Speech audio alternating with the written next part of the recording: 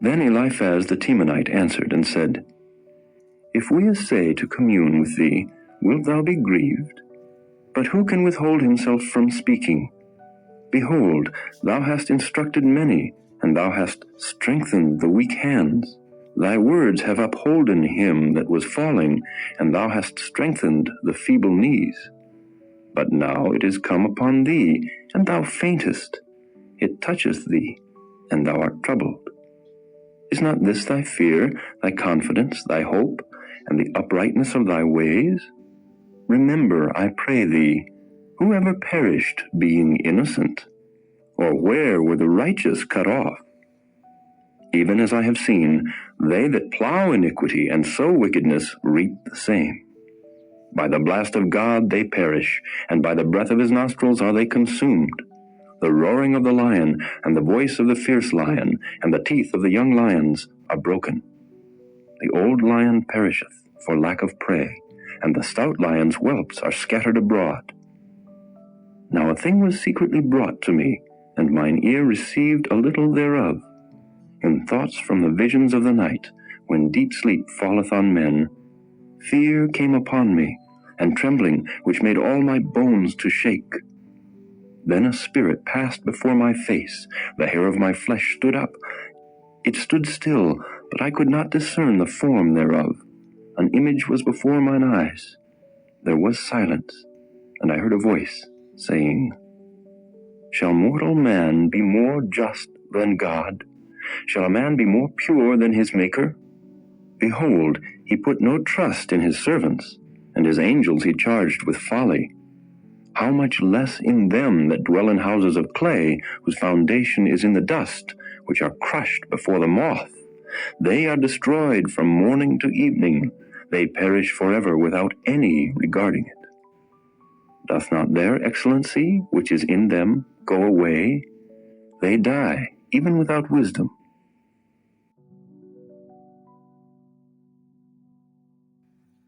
Call now, if there be any that will answer thee, and to which of the saints wilt thou turn? For wrath killeth the foolish man, and envy slayeth the silly one.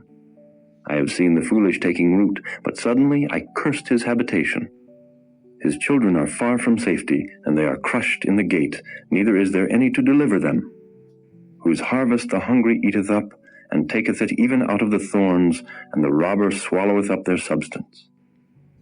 Although affliction cometh not forth of the dust, neither doth trouble spring out of the ground, yet man is born unto trouble, as the sparks fly upward.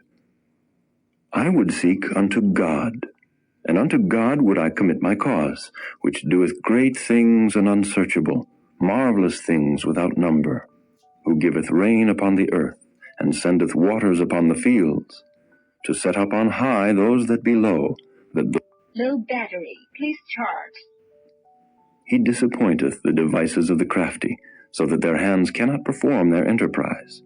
He taketh the wise in their own craftiness, and the counsel of the froward is carried headlong. They meet with darkness in the daytime, and grope in the noonday as in the night. But he saveth the poor from the sword, from their mouth, and from the hand of the mighty. So the poor hath hope, and iniquity stoppeth her mouth. Behold, happy is the man whom God correcteth. Therefore despise not thou the chastening of the Almighty, for he maketh sore and bindeth up. He woundeth, and his hands make whole. He shall deliver thee in 6 troubles, yea, in 7 there shall no evil touch thee. In famine he shall redeem thee from death, and in war from the power of the sword. Thou shalt be hid from the scourge of the tongue, neither shalt thou be afraid of destruction when it cometh. At destruction and famine thou shalt laugh. Neither shalt thou be afraid of the beasts of the earth, for thou shalt be in league with the stones of the field, and the beasts of the field shall be at peace with thee. And thou shalt know that thy tabernacle shall be in peace, and thou shalt visit thy habitation, and shalt not sin. Thou shalt know also that thy seed shall be great, and thine offspring as the grass of the earth. Thou shalt come to thy grave in a full age. Low battery, please charge. Lo, this we have searched it, so it is. Hear it, and know thou it for thy good. But Job answered and said, Oh, that my grief were throughly weighed, and my calamity laid in the balances together, for now it would be heavier than the sand of the sea. Therefore my words are swallowed up. For the arrows of the Almighty are within me, the poison whereof drinketh up my spirit. The terrors of God do set themselves in array against me. Doth the wild ass bray when he hath grass, or loweth the ox over his fodder? Can that which is unsavory be eaten without salt, or is there any taste in the white of an egg? The things that my soul refused to touch are as my sorrowful meat. Oh, that I might have my request, and that God would grant me the thing that I long for, even that it would please God to destroy me, that he would let loose his hand and cut me off. Then should I yet have comfort, yea, I would harden myself in sorrow. Let him not spare, for I have not concealed the words of the Holy One. What is my strength that I should hope? And what is mine end that I should prolong my life? Is my strength the strength of stones, or is my flesh of brass? Is not my help in me, and is wisdom driven quite from me? To him that is afflicted pity should be showed from his friend, but he forsaketh the fear of the Almighty. My brethren have dealt deceitfully as a brook, and as the stream of brooks they pass away, which are brackish by reason of the ice, and wherein the snow is hid. What time they wax warm, they vanish. When it is hot, they are consumed out of their place. The paths of their way are turned aside. They go to nothing, and perish.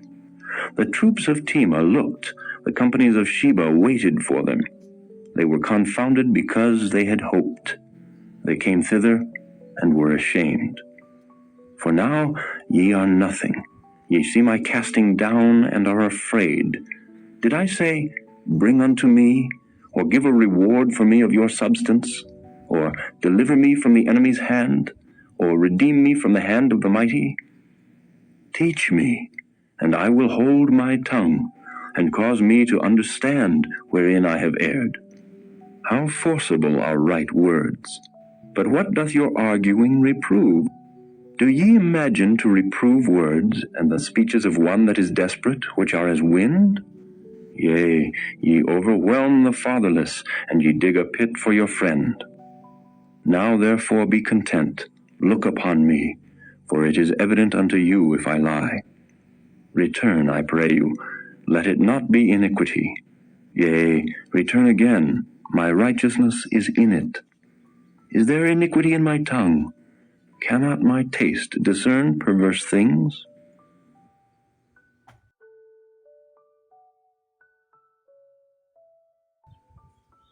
Is there not an appointed time to man upon earth?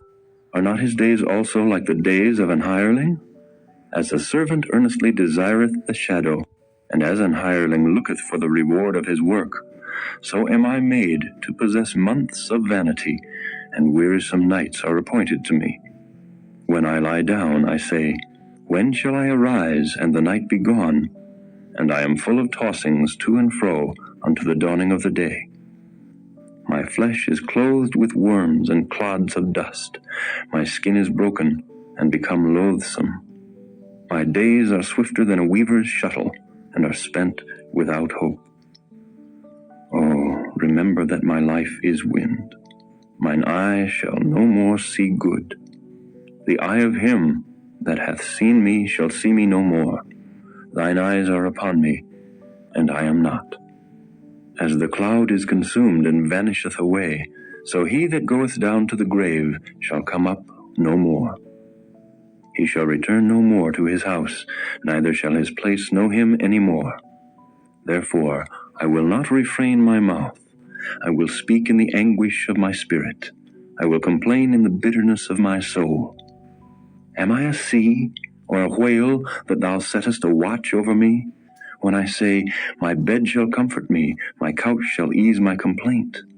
Then thou scarest me with dreams, and terrifiest me through visions, so that my soul chooseth strangling and death rather than my life. I loathe it. I would not live alway. Let me alone, for my days are vanity. What is man, that thou shouldest magnify him, and that thou shouldest set thine heart upon him, and that thou shouldest visit him every morning, and try him every moment? How long wilt thou not depart from me, nor let me alone till I swallow down my spittle? I have sinned. What shall I do unto thee, O thou preserver of men? Why hast thou set me as a mark against thee, so that I am a burden to myself? And why dost thou not pardon my transgression, and take away mine iniquity? For now shall I sleep in the dust, and thou shalt seek me in the morning, but I shall not be.